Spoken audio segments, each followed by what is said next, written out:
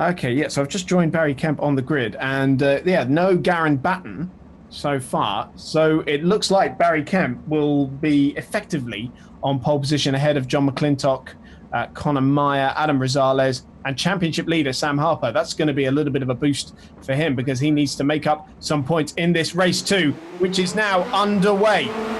Barry Kemp in the golf colour car leads the field away. Conor Meyer trying to get up the inside as well, and he'll have the wrong line into Cops Corner, so McClintock settles into second place ahead of Meyer. Rosales is just ahead of Sam Harper, so we'll see how he goes through Maggots and Beckett. Sam Harper trying to make a move around the outside of Rosales, and he has to kind of back out of it. He's got Grant Berger right behind him as well. Alex Van Geen's in there as well. Oh, Barry Kemp from the lead of the race is off the road, and Sam Harper coming under pressure. Oh, and more contact at the front of the field.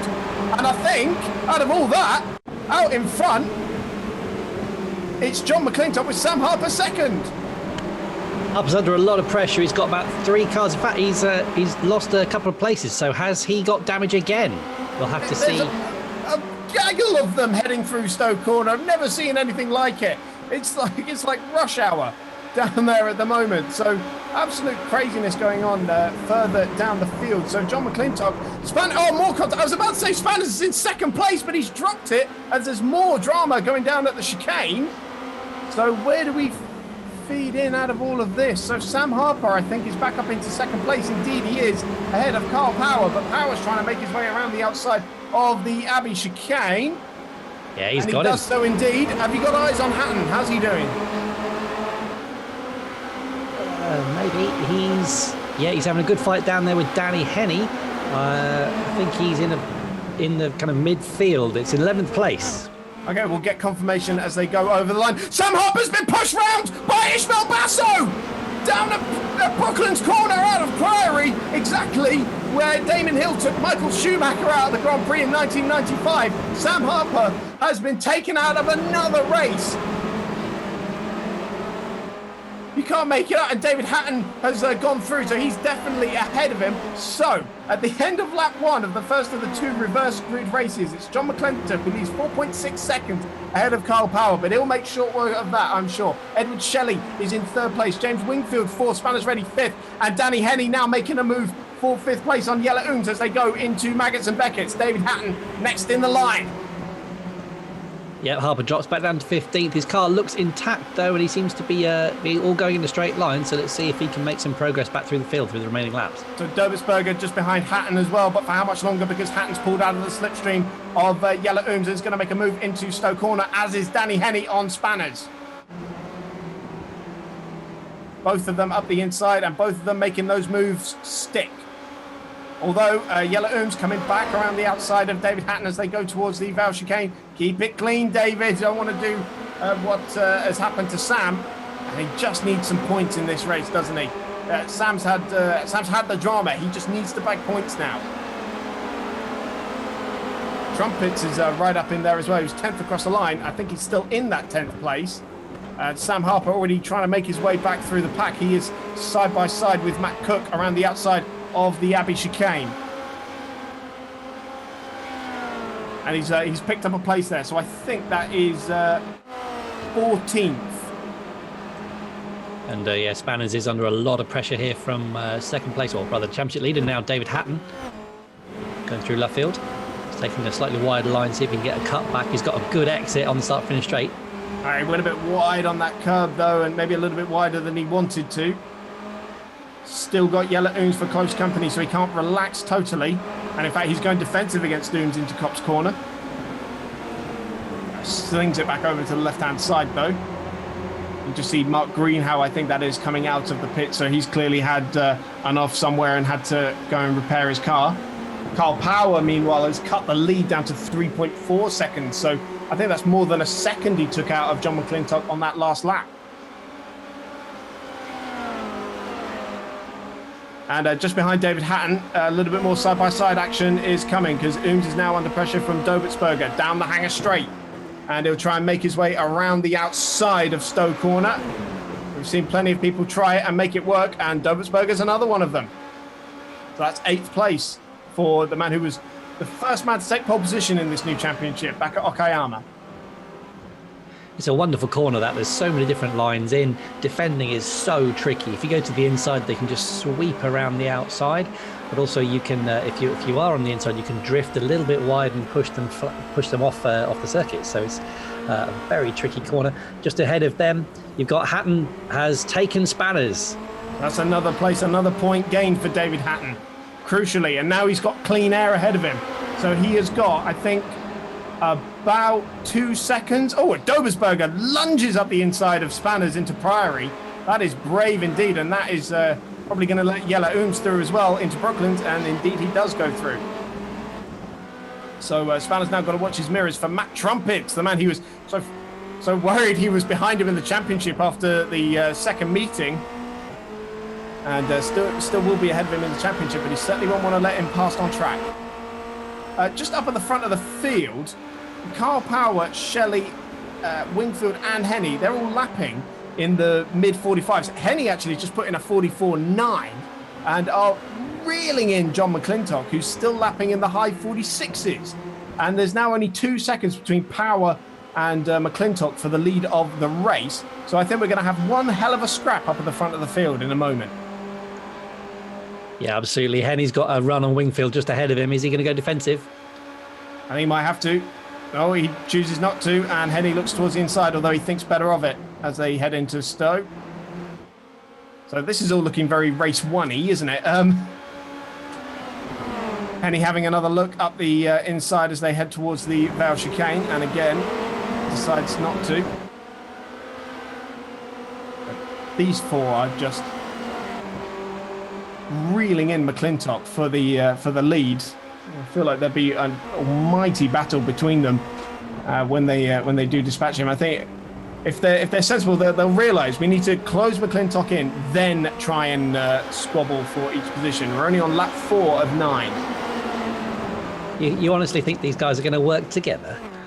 If they could, well, they say that's the best thing to do in racing sometimes. Oh, Shelley getting out a little bit wide at Brookland and opened up the door for James Wingfield a little bit, but no opportunity for him to go through, and it actually looks like Henny is going to be the man on the move as they head through Woodcote back to start another lap.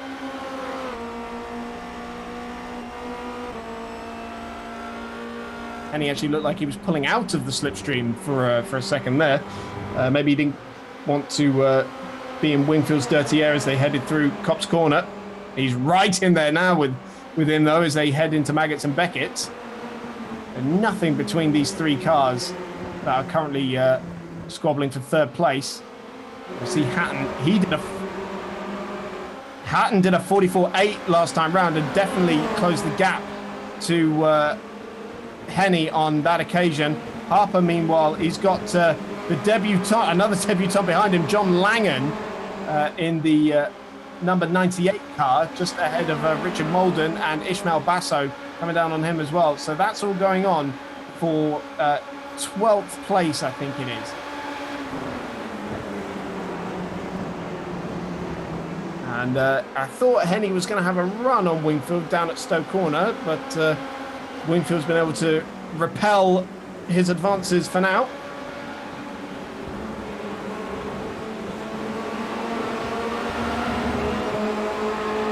Barry Kemp, after starting in pole position effectively, we're now down in 19th place. John Lang has had an absolute nightmare after taking his first podium of the season in race 1. He's now down in 26th place.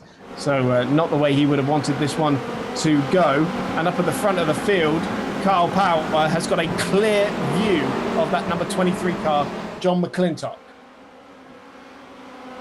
So about to start lap 6 of 9. So 4 to go for these guys to settle out this battle for the top 5 positions, or top 6 even, as David Hatton is going to get involved in this surely, and maybe even Dobertsberger in 7th place.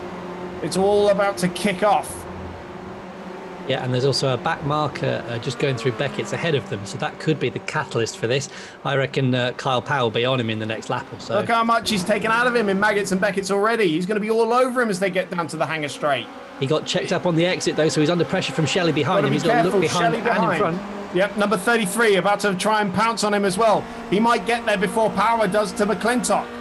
So Power goes defensive. Is he looking towards the inside or is he looking to go defensive? He had to think about it there, didn't he? But he thought better of it. Oh, Henny up on the inside of Wingfield as well. Shelley going towards the outside of Power as they go into the Vale chicane. Power breaks deep and he's able to hold him off, and still Wingfield and Henny are side by side. And Henny is pushed up towards the grass, but he has got the tighter line, the smoother, cleaner line through Club, and he still can't get past James Wingfield.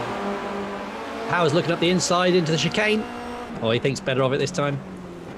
Remember, this is for the lead. Henny having another look up the inside at Abbey, and he's trying to crisscross on him and get up the inside towards Bridge, but still can't find a way past that number 13 car. Unlucky for some, it's working out great for James Wingfield at the moment.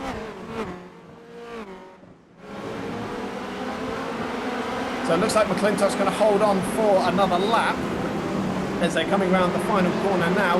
But Power is closer than ever, and he's got a good run out of Luffield. I think we're about to see a change for the lead into Cops Corner, Chris. We might well do, but who's going to be in that lead? Power's on the inside, but Shelley's right there too. Shelley's got to be careful because he's going to get boxed in here if he's not careful. And he has a look up the inside of McClintock as well, just after Power goes through. But he can't get through on that occasion. And this might now be the opportunity for Wingfield to get up the inside into third place at Maggots and Beckett's. He makes it stick. Brilliant move.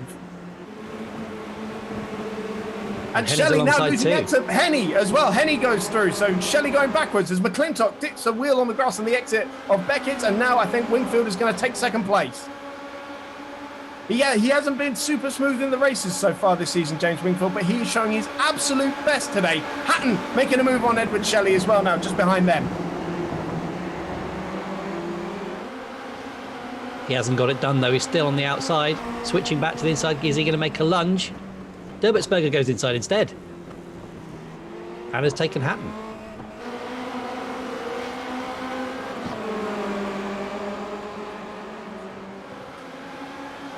Great racing all round by these guys. So Wingfield settles into second place. Henny now trying to take a look at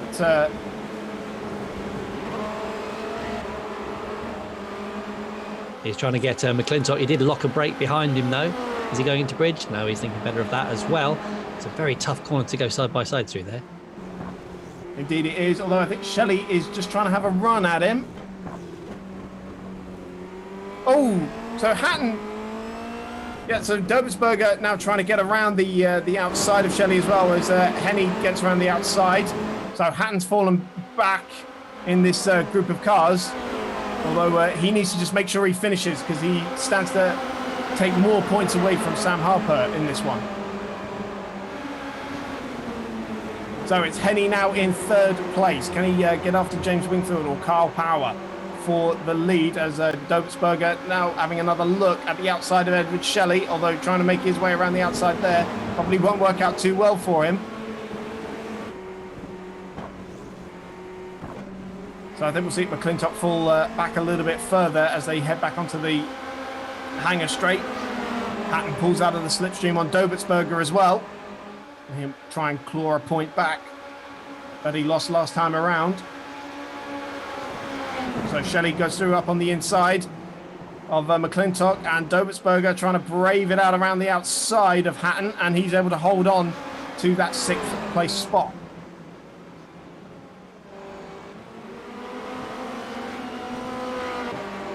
I can give you a little bit of an update further back. Do cut across me if there's anything interesting happening at the front. We've got Yeli Ooms just behind that lead battle. He's about 3 seconds. They're actually closing in. They might be there towards the end of the race. And we've got Richard Spanners ready just in front of Matt Trumpets. There's a couple of seconds between those two as well. So that battle currently being won by Spanners. And then further back, we've got Harper in 12th. He's sniffing on the heels of Sam Watley. Derbertsberger made it around the outside of Abbey on John McClintock. So now David Hatton has to try and find a way through as well. And McClintock might make it easy for him because he's gone deep into Brooklands. And Hatton sweeps through.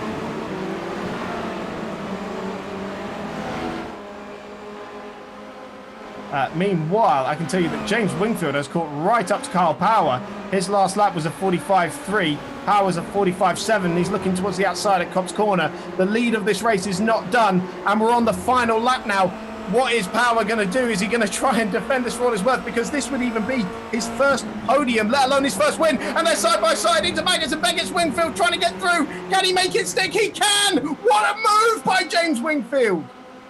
Has Power got a rebuttal though? He's got to be careful because here comes Danny Henney. It's 3 for the lead on the final lap. Power tipping a wheel on the grass as they went through there. 3 wide down the hanger straight. Power in the middle. Henney on the outside. Wingfield on the inside. Who's going to come out on top of this one? Henney goes around the outside of Power. Is he going to get around the outside of Wingfield as well? What amazing racing we are seeing here at Silverstone. Henney is about to take the lead of the race as they head towards the Vale chicane, and he's through on the inside.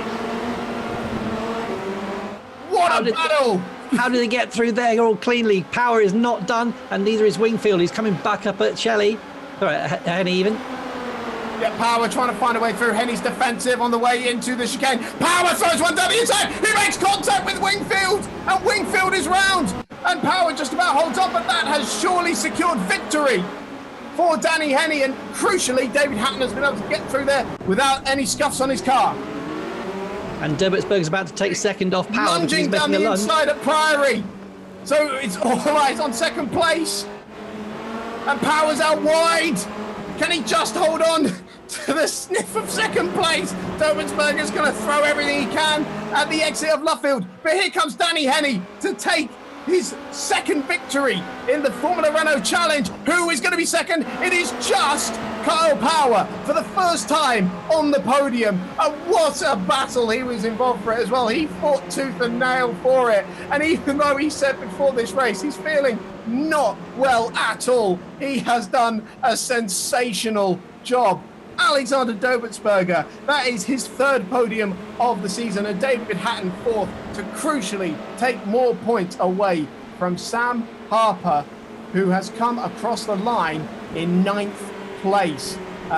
Richard Spanners Ready in 7th place, and he did finish ahead of Matt Trumpet in 8th.